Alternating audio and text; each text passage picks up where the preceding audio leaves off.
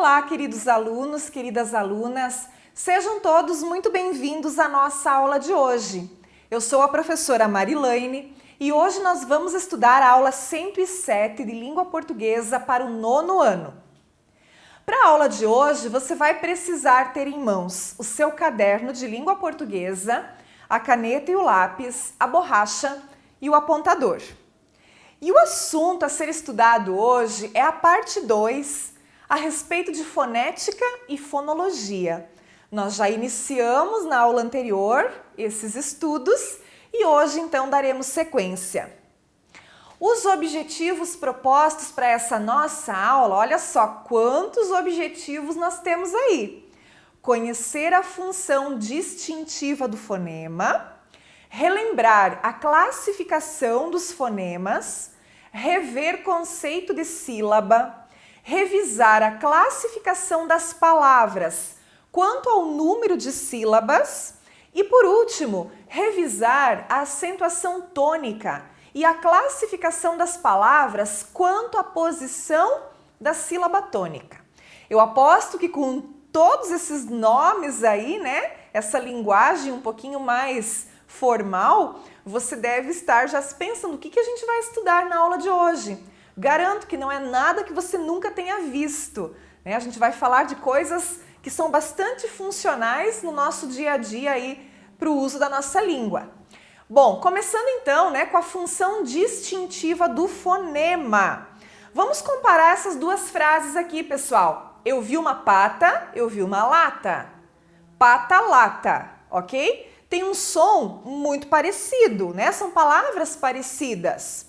Mas o que acontece aqui? Eu tenho na palavra pata uma letra P e já na palavra lata a letra L, que logicamente são dois fonemas diferentes, né? O P e o L, né? São dois sons diferentes.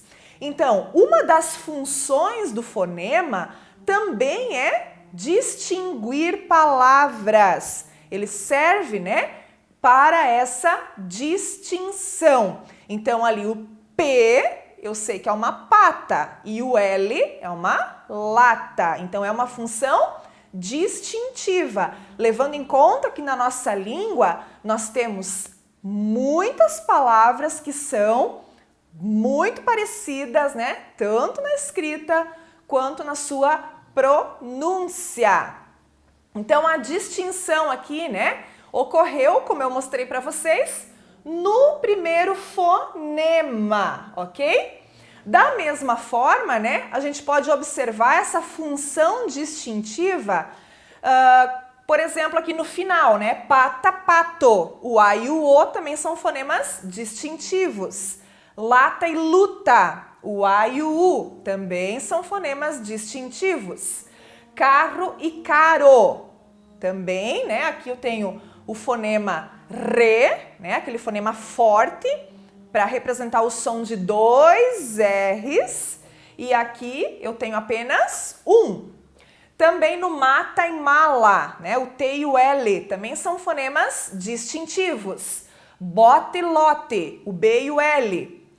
Cola, bola, o C e o B, né? Ou o K, porque o som do C é K, né? Foneticamente, ele é representado pelo K, ok? Então, fonema distintivo é para isso, porque mudando ali uma letra, muda também o som e vai fazer a distinção entre palavras que são parecidas. Muito bem. O fonema, né, então ele tem a função distintiva, né, quando a gente faz a troca de apenas um fonema e, consequentemente, vai obter o quê? Uma palavra nova. E é esse caráter, então, distintivo do fonema que possibilita, né, a uma língua ter um número reduzido de fonemas e produzir milhares de palavras. É só você observar, às vezes troca uma letrinha, um fonema e tem uma palavrinha nova. Bom, a classificação dos fonemas então, né? Os fonemas da língua portuguesa, eles classificam-se em vogais, semivogais e consoantes. As vogais, pessoal, quando você estudou bem lá atrás, nos anos iniciais, você já aprendeu as vogais e as consoantes, não é mesmo? As vogais são fonemas pronunciados sem obstáculo à passagem de ar, ou seja, elas chegam livremente ao exterior, né? Elas saem livremente da nossa boca. São exemplos ali então nas palavras pato, bota, cola, dedo, entre outras palavras. Então a vogal, ela não tem nenhuma obstrução, né? Quando a gente vai falar, ela sai livremente da nossa boca. As semivogais. As semivogais são os fonemas que se juntam a uma vogal e formam com ela uma sílaba. Exemplos, né, de semivogais ali, ó, na palavra couro, baile, pai, série, saudade. Então eu destaquei ali, né, eu sublinhei, né, a vogal com a semivogal, ou seja, as duas juntas, né? Esse encontro aí desses dois fonemas, eles formam uma sílaba. Na hora de eu separar, eu não vou separar a semivogal da vogal, ok? Então, podem observar nesses exemplos que a professora deu que somente os fonemas I e U, quando eles forem átonos, é que eles funcionam como semivogais. Na língua escrita, a semivogal I, ela pode também aparecer representada pela letra E, porque muitas vezes tem palavrinhas, né, como é o caso ali da palavra mãe, que a pronúncia sai como se fosse o som da letra I. É escrito com E, mas na hora que você pronuncia, ó, mãe, parece que você falou um I, certo? E a semivogal U, ela também pode aparecer, né, graficamente representada pela letra O, como, por exemplo, na palavra pão. Pão escreve com O, mas na hora de pronunciar, parece o som do U, né? Pão. Então, por essa razão que o I e o U, quando eles forem átonos, eles são chamados de semivogais. E também a letra E e a letra O, quando tiverem respectivamente o som do I e do U, ok? Essa informação aqui ela é muito importante, hein? E as consoantes? As consoantes são fonemas produzidos mediante a resistência que os órgãos bucais, ou seja, a língua, os dentes e os lábios, opõem à passagem de ar. Então, quando eu vou pronunciar uma consoante, eu vou perceber que existe um obstáculo na saída do ar, né? Por exemplo, ali, ó, a consoante B. Eu preciso fechar minha boca, né? Eu preciso causar um obstáculo primeiro, para depois eu pronunciar essa letra, este som. Então, o contato, né, do lábio superior com o lábio inferior causa um obstáculo para eu falar a consoante B.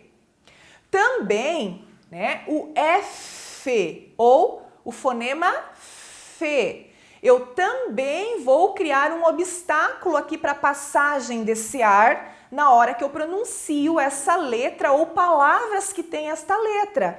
Porque nesse caso aqui, né, do fonema F ou da letra F, eu estou causando ali o encontro, né, dos dentes com o lábio inferior, né? Então, a consoante vai fluir, vai sair, mas vai sair mediante um obstáculo para a passagem do ar. É diferente de uma vogal, que sai livremente, sem nenhum obstáculo. Muito bem, e sílaba, pessoal? Na língua oral, a palavra ela é um conjunto articulado de fonemas. Olha só, a palavra paletó. Nós temos aqui uma sequência de consoante, vogal, consoante, vogal, consoante, vogal. Muito bem. Na palavra madeira, temos uma sequência de consoante, vogal, semivogal, consoante e vogal. Como é que a gente faz então a separação silábica, né? A cada expiração do falante, né? Cada expirada que a gente dá, são emitidos pequenos conjuntos de fonemas, que a gente chama então de sílabas.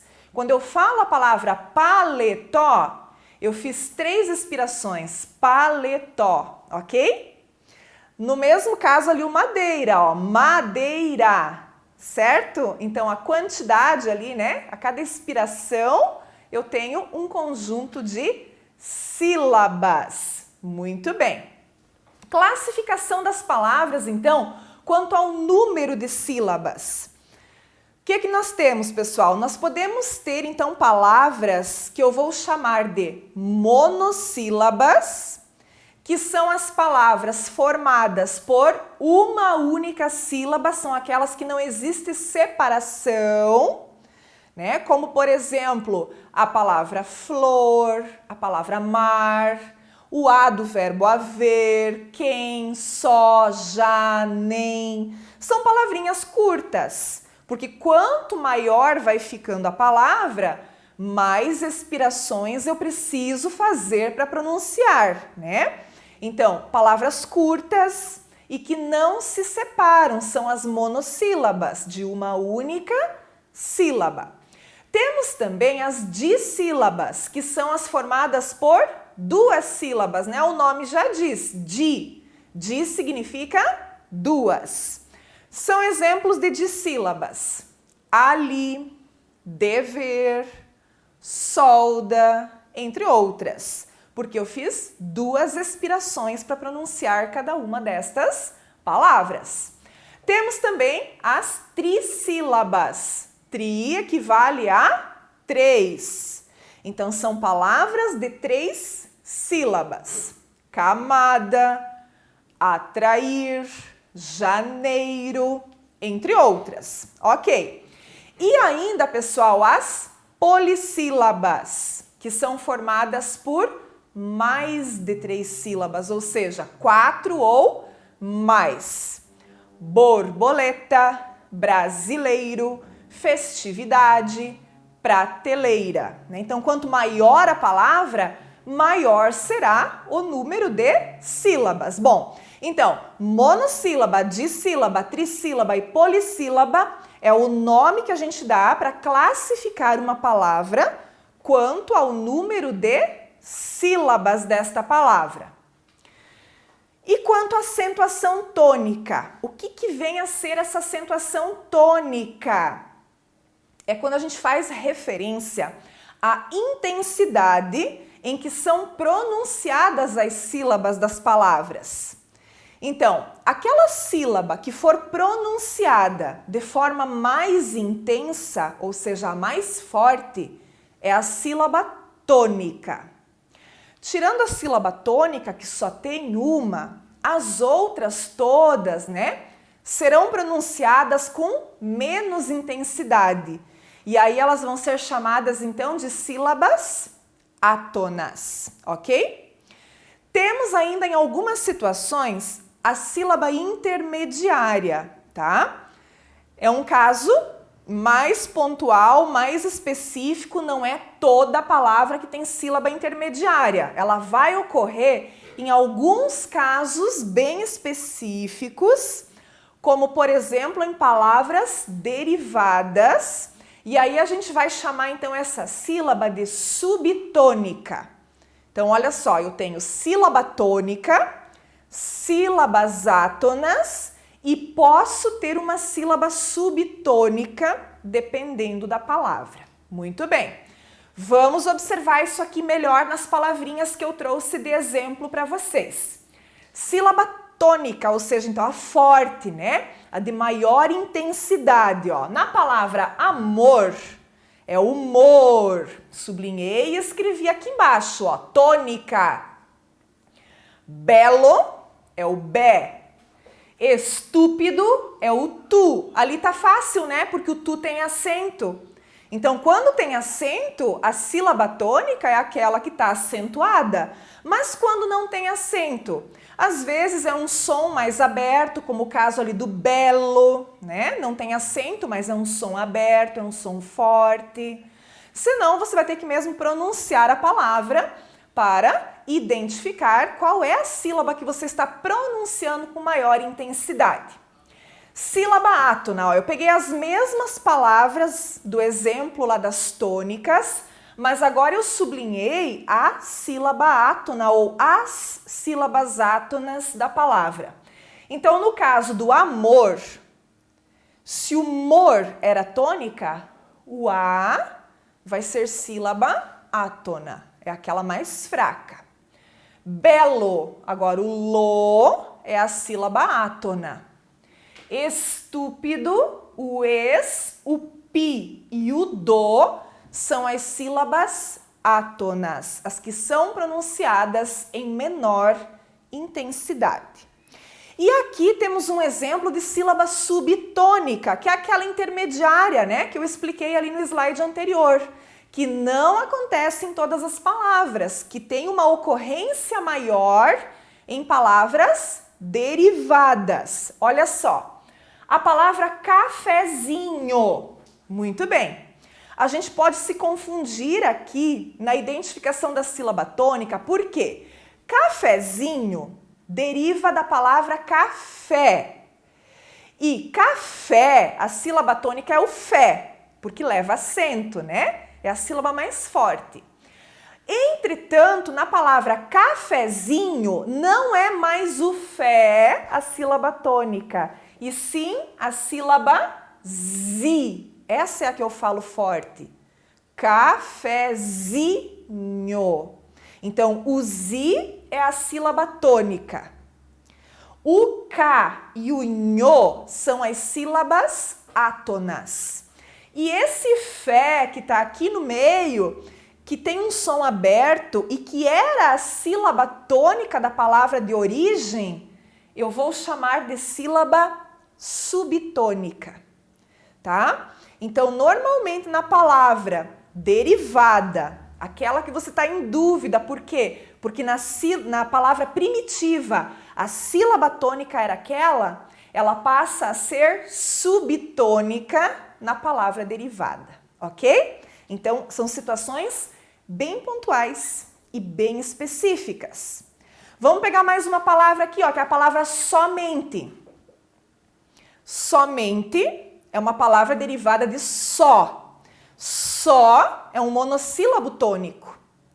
Quando eu formo a palavra somente, qual é a sílaba tônica? Somente. O men é a sílaba tônica. O T passa a ser uma sílaba átona, porque ela é pronunciada em menor intensidade. E o só é uma subtônica. Por quê, gente? Porque uma palavra, ela não tem duas sílabas tônicas. Ela pode ter duas sílabas átonas.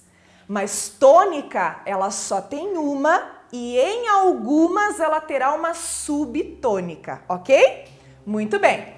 Agora vamos falar da classificação das palavras quanto à posição dessa sílaba tônica, ou seja, dessa sílaba mais forte, né? E você já aprendeu, e aqui a gente está revisando um pouquinho, mas você já ouviu falar em oxítonas, paroxítonas e proparoxítonas, que é o que a gente vai estudar agora, né? É o que a gente dá de nome quando a gente quer classificar uma palavra quanto à posição da sua sílaba tônica. E esse conhecimento aqui ele é importante para que você possa depois compreender regras de acentuação, né? Muito bem, então quanto à tonicidade, as palavras elas podem ser oxítonas, que são aquelas que têm a última sílaba tônica.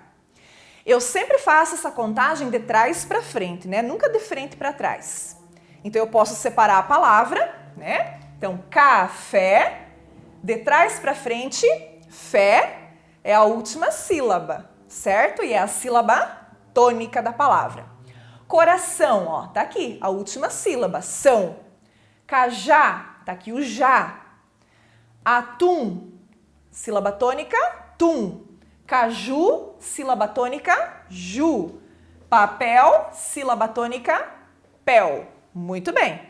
Então, ó, como essa sílaba tônica ela recaiu lá na última sílaba da palavra, então eu vou dizer que estas aqui são palavras oxítonas, independente ou não de ter acento. Regra de acentuação das oxítonas é outra coisa, né? Aqui nós estamos falando apenas da classificação com relação à posição da sílaba tônica. As paroxítonas são aquelas em que a sílaba tônica ela está localizada na penúltima sílaba da palavra. Volto a reforçar, é sempre essa contagem feita de trás para frente. Útil são duas sílabas, né? Última, penúltima sílaba é tônica. Tórax, o tó é a penúltima sílaba. Táxi, o tá é a penúltima sílaba. Leque, o lé é a penúltima sílaba. Retrato, o trá, que está aqui no meio da palavra, é a penúltima sílaba. Passível, o si é a penúltima sílaba, ok? Então, sempre conta de trás para frente. E por último, nós vamos ter as palavras proparoxítonas, que são aquelas em que a sílaba tônica está na antepenúltima sílaba, ou seja, a terceira sílaba de trás para frente. São exemplos de proparoxítonas: lâmpada, câmara, tímpano, médico e ônibus. Então, separando, né, essas palavras aí, elas terão 3 sílabas cada, de trás para frente, primeira, segunda, terceira, a antepenúltima. Ok, pessoal? Muito bem, então, ó, isso é bem importante, como eu falei para vocês, tem que ter clareza, né, dessa classificação das oxítonas, paroxítonas e proparoxítonas, para que você compreenda bem regras de acentuação de palavras. E ainda temos também os monossílabos tônicos e átonos. Os monossílabos tônicos e átonos, eles recebem essa classificação em virtude da intensidade com que eles são pronunciados. A gente já sabe que tônico, né, o significado de tônico é forte e átono é fraco. Então, os tônicos, eles se classificam como tônicos porque eles têm autonomia fonética, ou seja, eles não necessitam se apoiar em nenhuma outra palavra para demonstrar o seu valor fonético. Os tônicos, eles são, né, acentuados. Então, é o caso ali do a, chá, pá, cá, lá, ó, tudo com acento agudo. D, lê, ré, pé, vê, alguns com acento circunflexo, outras com acento agudo. Nó, dó, pó, sol, nós, também, né? Todos acentuados. Então, são monossílabos tônicos os que terminam em a e as, e es, o e os. E lembrando, né, que são palavrinhas de uma única sílaba. Muito bem. E agora, então, os átonos. Os átonos, eles não possuem autonomia fonética. Então, vai ser necessário que um monossílabo átono, ele se apoie, tá, em sílabas de vocábulos posteriores, ou seja, em palavras que aparecem depois desse monossílabo átono, tá, para que se evidencie o som desse monossílabo.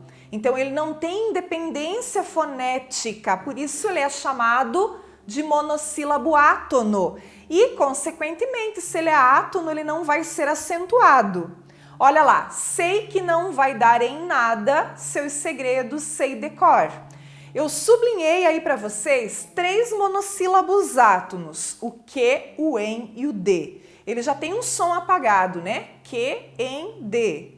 Sei que não, o não se evidencia muito mais do que o que. Então ele se apoia nesse não, né? Para que a gente perceba que ele existe. Da mesma forma, não vai dar em na. Você ouve muito mais a sílaba do nada do que o monossílabo átono em. Então ele se apoia nesse vocábulo posterior, né? Seus segredos sei de cor. O cor é uma palavra forte, né? É uma sílaba tônica. E o D é átono, então o D se apoia nesse vocábulo posterior, ok? Então essa é a diferença, né? De um monossílabo tônico para um monossílabo átono. Muito bem, então fechamos, né, pessoal, esta aula de hoje. Agora você vai lá para os exercícios. Não pule essa etapa, ela é muito importante para a fixação desse conteúdo. Muito obrigada pela sua atenção e a gente se vê nas próximas aulas. Até mais!